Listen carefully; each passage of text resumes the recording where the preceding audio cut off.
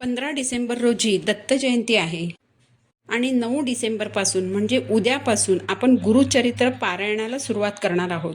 गुरुचरित्र पारायणाची पूजा मांडणी, पारायण काळातील 7 दिवसांचे नैवेद्य आणि 7 दिवस ज्या सेवा करायच्या आहेत त्याबाबतचा आजचा आपला व्हिडिओ आहे. श्री स्वामी समर्थ. माझ्या मराठी यूट्यूब चॅनलमध्ये तुम्हा सर्वांचं मनापासून खूप खूप स्वागत. स्वामी महाराज तुमच्या सर्व चांगल्या इच्छा पूर्ण करोत हीच स्वामीचरणी प्रार्थना करून आजच्या नवीन व्हिडिओला सुरुवात करते. येत्या 15 डिसेंबर रोजी दत्त जयंती आहे. सर्व स्वामी भक्तांसाठी, दत्त भक्तांसाठी अतिशय महत्त्वाचा दिवस. दत्त जयंती निमित्ताने आपल्याला 9 डिसेंबर ते 15 डिसेंबर या सप्ताहात गुरुचरित्राचं पारायण करायचं आहे. तर सर्वप्रथम आपण गुरुचरित्र पारायणासाठी पूजा मांडणी कशी करावी हे जाणून घेऊया. तर ज्या जागेवर तुम्ही पूजा मांडणी करणार आहात ती जागा स्वच्छ पुसून घ्यायची. त्या जागेवर एक स्वस्तिक काढायचं आणि त्यावर एक चौरंग किंवा लाकडी पाट ठेवायचा आहे. चौरंगाभोवती किंवा पाटाभोवती रांगोळी काढायची. चौरंगावर पिवळं किंवा लाल रंगाचं किंवा नारिंगी रंगाचं वस्त्र अंथरायचं. तुमच्याकडे स्वामी महाराजांची मूर्ती असेल किंवा दत्त महाराजांची मूर्ती असेल तर त्यावर प्रथम पाण्याने, नंतर पंचामृताने, पुन्हा पाण्याने अभिषेक करायचा आहे. तुमच्याकडे जर फोटो असेल तर त्यावर अभिषेक करायचा नाही. फोटो स्वच्छ पुसून घ्यायचा आणि चौरंगावर त्याची स्थापना करायची. यानंतर सर्वप्रथम दिवा लावायचा आहे. हा दिवा आपल्याला अखंड लावायचा आहे, त्यामुळे दिव्यात भरपूर असं तेल घालायचं आहे. दिव्याची पूजा करून घ्यायची. दिव्याला हळद, कुंकू, अक्षता, फूल वाहायचं. स्वामी महाराजांची किंवा दत्त महाराजांची जी मूर्ती तुम्ही चौरंगावर ठेवली आहे किंवा जर तुम्ही फोटो ठेवला असेल तर त्या फोटोची किंवा मूर्तीची पूजा करायची. स्वामींना गंध, अक्षता, फूल अर्पण करायचं. धूपदीपाने ओवाळायचं. एका वाटीत साखर घ्यायची आणि एक गोड पदार्थ म्हणून ती वाटी स्वामींसमोर ठेवायची. संपूर्ण पारायण काळात ही वाटी स्वामींसमोर तशीच ठेवून द्यायची आहे. स्वामींसाठी एका छोट्या लोट्यात पिण्याचं पाणी ठेवायचं आहे. स्वामींचं नामस्मरण करताना तुम्ही जी जपमाळ वापरता ती देखील स्वामींसमोर ठेवायची. स्वामींच्या डाव्या बाजूला दक्षिणावर्ती शंख ठेवायचा आणि उजव्या बाजूला घंटी ठेवायची.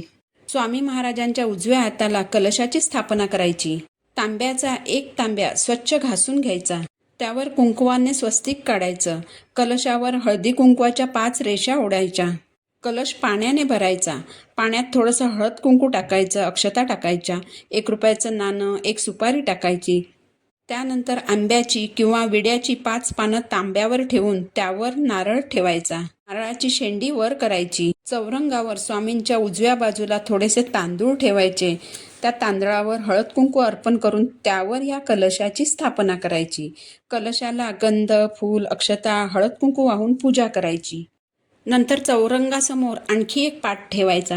त्यावर एखादा ब्लाऊज पीस किंवा एखादा मलमलचा कापड ठेवायचा आणि त्यावर गुरुचरित्र या ग्रंथाची स्थापना करायची. गुरुचरित्र हा ग्रंथ कधीही उघडा ठेवायचा नाही.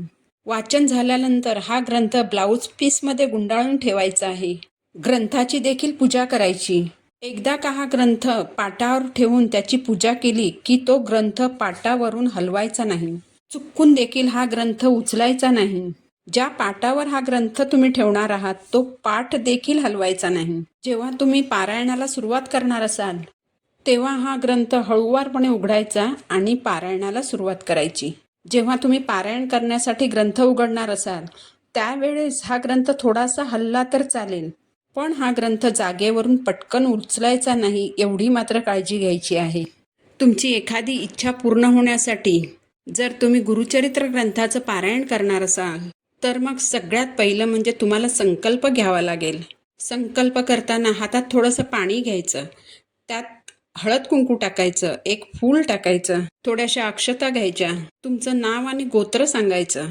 गुरुचरित्र या ग्रंथाचं पारायण तुम्ही कशासाठी करणार आहात, तुमची कोणती इच्छा पूर्ण करण्यासाठी तुम्ही या ग्रंथाचं पारायण करणार आहात ते सांगायचं आणि माझ्याकडून हे पारायण निर्विघ्नपणे पार पाडून घ्या अशी महाराजांना विनंती करायची.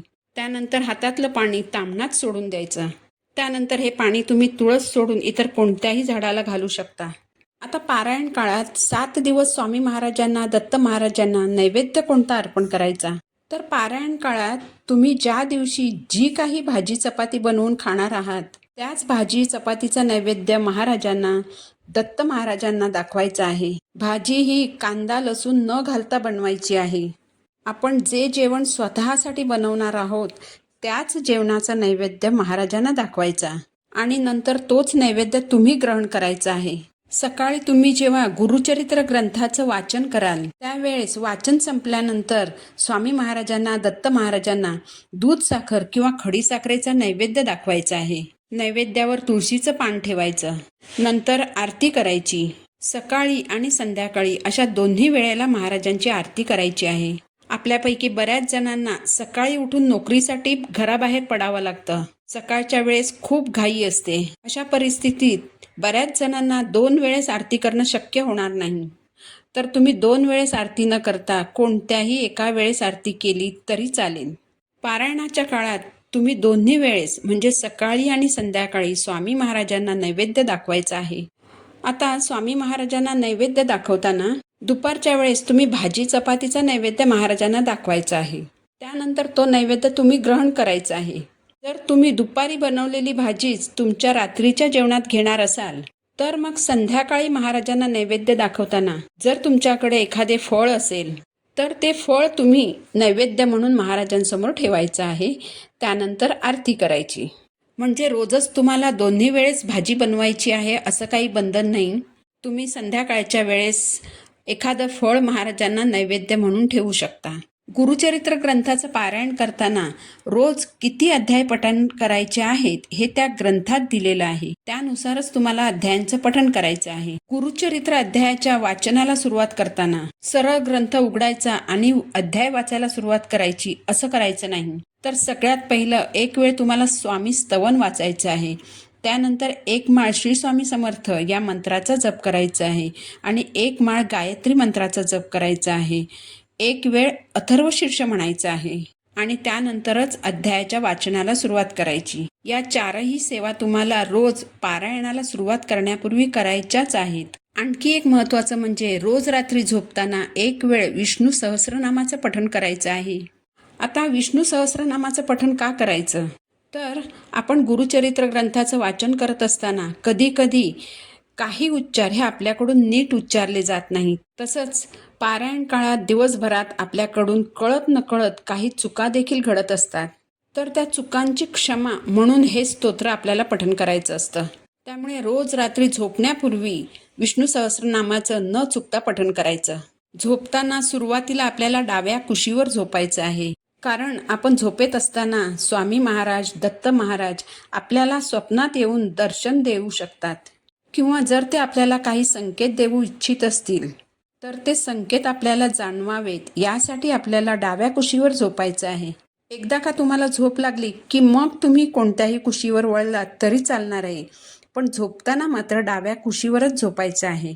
यासोबतच तुम्हाला तुमची नित्यसेवा पण सुरू ठेवायची आहे. याचबरोबर आपले कर्म चांगले ठेवून, मन स्वच्छ ठेवून, मन पवित्र ठेवून आपल्याला हे पारायण करायचं आहे. पारायण काळात कुणालाही वाईट बोलू नका, कुणासाठी अपशब्द देखील वापरू नका, कुणाचं मन दुखवू नका. अशा रीतीने जेव्हा तुम्ही गुरुचरित्राचं पारायण कराल तेव्हा त्या पारायणाची चांगली फळं ही तुम्हाला मिळणारच आहेत. पारायणाचे जे साधे सोपे नियम आहेत त्यांचं पालन करा. नियमांचा बाऊ करून जी एवढी मोठी पारायणाची संधी तुम्हाला मिळालेली आहे ती गमावू नका. गुरुचरित्राचं 1 सप्ताहाचं पारायण करा. आयुष्याचं सोनं होईल. तुम्ही स्वतः करून अनुभव घेऊन बघा. श्री स्वामी समर्थ.